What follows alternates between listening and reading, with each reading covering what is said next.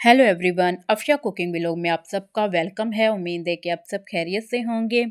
तो वीडियो के एंड तक लाजमी देखना है। तो ये था हमारी वीडियो का पार्ट 2। पार्ट 1 में था कि शाहरुख आलम दरबार और बहाउद्दीन ज़िक्रिया दरबार, और जो हमारी एंड में दरबार थी वो थी शाह शम्स दरबार। तो वीडियो के स्टार्ट में ही आपको नज़र आ गया होगा, यहाँ पे यानी कि स्टॉल वगैरह लगे हुए थे तबरुक के, और यहाँ पे यानी कि जो तकरीबन तबरुक का सामान होता है वो भी मिल जाता है। तो इस वीडियो में मैं आपको मुख्तसर यानी कि शाह शम्स तबरेज़ का यानी कि जो तारुफ होता है वो कर बताऊँगी। और वीडियो में अगर मुझसे कोई भी मिस्टेक हो जाए तो उसके लिए मैं पहले ही माज़रत कर देती हूँ। शाह शम्स तबरेज़ बरसगीर के अजीम सूफ़ी बुज़ुर्ग थे, जिनका असल नाम शम्सुल दीन मोहम्मद तबरेज़ी था। आप ईरान के शहर तबरेज़ में पैदा हुए और रूहानी मुआरफ़त की तलाश में दुनिया के मुख्तलिफ़ इलाक़ों का सफ़र किया। यानी कि आपका शुमार सूफ़ी जो बुज़ुर्ग में होता है, जिनमें मोहब्बत, रवादारी, इंसानियत का पैगाम आम किया। यानी कि शाह शम्स तबरेज़ ने अपने रूहानी सफ़र के दौरान मुल्तान का रुख किया। यानी कि मुल्तान को मदीनतुल औलिया भी कहा जाता है, जहाँ पहले से कई औलिया यानी कि जो बुज़ुर्ग अफ़राद यानी कि मशहूर हैं यहाँ पे। आपका मज़ार आज भी मुल्तान में यानी कि वाक़या है, और दुनिया भर से ज़ाहिरीन यानी कि यहाँ आते हैं और अक़ीदत पेश करते हैं। शाह शम्स तबरेज़ का दरबार यानी कि रूहानी सकून का मरकज़ भी इसे समझा जाता है। तो यानी कि अगर आप लोगों को मेरी कोई भी यहाँ पे मिस्टेक वगैरह हो गई हो तो प्लीज़ कमेंट में ज़रूर मुझे बता दीजिएगा। और और अगर मेरे चैनल पर नए हैं तो जाकर मेरे चैनल को भी सब्सक्राइब कर दे, ताकि कि आपको हर आने वाली नई वीडियो का नोटिफिकेशन भी मिलता रहे।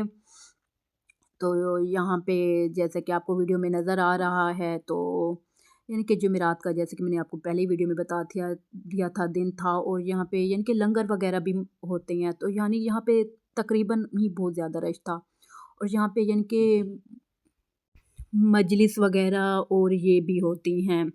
तो उसके बाद बस मैंने थोड़ी-थोड़ी सी करके वीडियो बनाना भी स्टार्ट कर दिया था। तो जब हम लोग अंदर एंटर होने लगे तो यहाँ पे तो हम जब एंटर होने लगे तो यहाँ पे यानी कि जो आपको वीडियो में नज़र आ रहे होंगे, तो यहाँ पे ये ना कलाम पढ़ रहे थे। तो ख़ैर मैंने इसको म्यूट स्किप कर दिया था, और यानी कि बीच में बच्चे वगैरह भी थे, और यानी कि कमेंट ऑफ हो जाते हैं, फिर इसीलिए मैंने ना आवाज़ को बिल्कुल भी म्यूट कर दिया था। वरना मैंने सोचा था कि नहीं, मैं इस आवाज़ को बिल्कुल भी म्यूट नहीं करूँगी, सिर्फ़ और सिर्फ बच्चों की वजह से मैंने म्यूट कर दी। तो यहाँ पर हम अंदर तक एंटर भी हो चुके थे, और उसके बाद यानी कि यहाँ पर भी स्टॉल वगैरह लगे हुए थे, और बस यहाँ पे मैंने बस दूर दूर करके ही वीडियो बनाई थी, ज़्यादा नज़दीकी मैंने बिल्कुल भी वीडियो नहीं बनाई। तो जब मैं शाह शम्स दरबार पर आई ना, तो मुझे बहुत ज़्यादा सुकून मिला, यानी कि एक रूह को जैसे सुकून मिलता है ना, वो वाला था। तो यहाँ पर भी मैं, जैसे कि आपको वीडियो में पहले ही बता चुकी हूँ, कि मैं 12 साल बाद यहाँ आई हूँ। क्योंकि मैं पहले कभी भी इतना दरबार पर नहीं गई, बस जब छोटी सी थी तब गई थी, और उसके बाद अब यानी कि ये एक तड़प थी, मेरी चाह थी कि मैं जाऊँ, यानी कि जाकर ज़ियारत कर कर आऊँ। तो बस फिर हम लोगों ने यहाँ पे दिए वगैरह भी जला लिए थे, और उसके बाद मैंने यहाँ पर भी, हम लोगों ने दुआ मांग ली, फिर मैंने अंदर गई, वहाँ पर भी अपने लिए दुआएं मांगी, और अंदर जाकर मैंने वीडियो बिल्कुल भी नहीं बनाई थी, क्योंकि वीडियो के पार्ट में मैंने बता दिया था कि मैं अब जिस भी दरबार पर जाऊँगी, अंदर जाकर वीडियो बिल्कुल भी नहीं बनाऊँगी। तो बस फिर मैंने ना सोचा क्यों ना आप लोगों के साथ अपनी बस ये शेयरिंग है वो की जाए। तो यहाँ पर आ गए थे, और फिर मैंने यहाँ पे कबूतरों को बाजरा वगैरह जो साथ लेकर आई थी वो डालने लग गई। तो काफ़ी देर यहाँ पे मुझे मज़ा आने लग गया, यानी कि एक दिल को ना सुकून सा मिल रहा था। तो और उसके बाद काफ़ी देर यहाँ पे मैं खड़ी रही, दुआ भी अपने लिए मांगती रही, और आप सबके लिए भी दुआएं मांगी हैं, जो भी लोग मेरी वीडियो देखें, ये नहीं कि सबके लिए मैंने यहाँ पे दुआ मांगी थी। तो ये मंज़र जो था, बस बहुत अच्छा लग रहा था। तो अल्लाह पाक जितनी भी मेरी परेशानी मुश्किलात हैं वो भी दूर करें। और जब आप लोग मुझे इतने अच्छे-अच्छे कमेंट करते हैं, मुझे वो सबसे ज़्यादा खुशी होती है, क्योंकि अक्सर मैं कमेंट्स पे ना बिल्कुल भी रिप्लाई नहीं करती, क्योंकि बस फिर मैं लाइक ही कमेंट को कर देती हूँ। लेकिन जितने भी लोग मुझे कमेंट करते हैं, आप सबका बहुत-बहुत शुक्रिया। और उसके बाद यहाँ पर मैंने काफ़ी देर खड़े होकर वीडियो वगैरह भी बना ली थी। और पता है मेरे साथ यहाँ पे क्या हुआ था, यहाँ पे कुछ लोग खड़े हुए थे और वो ना खुदा और मोहब्बत ड्रामे का नाम लेकर हमसे पूछ रहे थे कि कौन सी दरबार थी। फिर हम लोगों ने उसे बताया कि शाह शम्स दरबार थी जहाँ पे वीडियो की शूटिंग हुई थी।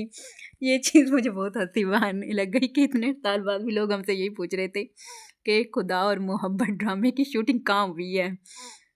मांगने के बाद तक मैं फिर बाहर आ गई थी और फिर काफ़ी देर में खड़े होकर जैसे एक आखिरी अलविदाई दीदार होता है ना, वो मैं बस करने लग गई और अपने लिए बार बार दुआ करने लगी कि अल्लाह पाक मेरी परेशानी मुश्किलात को दूर करे। फिर मैं इंशाल्लाह यहाँ पे दोबारा आऊँगी। यानी कि यहाँ पर भी आना एक तड़प की बात थी। यानी जैसे कहते हैं ना कि एक बुलावा होता है, इंसान तब भी जाता है, और मेरे लिए भी समझे वैसे ही हुआ है कि बुलावा था तो मैं यहाँ आई हूँ। तो यानी कि हमारे मुल्तान में ही है और मैं इतना कभी भी इन जगहों पर नहीं गई। एक बुलावे की ही बात होती है। यहाँ से ना दूर दराज के लोग आते हैं और मुहर्रम में तो यहाँ पर इतना रश होता है, बहुत ज़्यादा। खैर जुमेरात का दिन था, यहाँ पर भी तकरीबन रश ही था। तो बस दुआ मांग कर मैं बाहर आ गई। बाहर आने के बाद फिर मैंने कहा चलें जी, यहाँ पर भी हम एंटर हो गए थे क्योंकि यहाँ पे ना मजलिस होती है। और फिर हम लोगों ने यहाँ पर भी दुआ मांग ली और दिए वगैरह भी हमने जला लिए थे। तो मैंने सोचा था वीडियो बिल्कुल भी लंबी नहीं यहाँ पे बनाऊँगी, बस थोड़ी थोड़ी सी करके मुख्तसर सी वीडियो बनाऊँगी। तो अगर आप लोगों को मेरी वीडियो अच्छी लगी हो तो लाइक कमेंट शेयर कर दें, और अगर कोई भी मुझसे किसी चीज़ की गलती हो गई तो पहले ही माज़रत।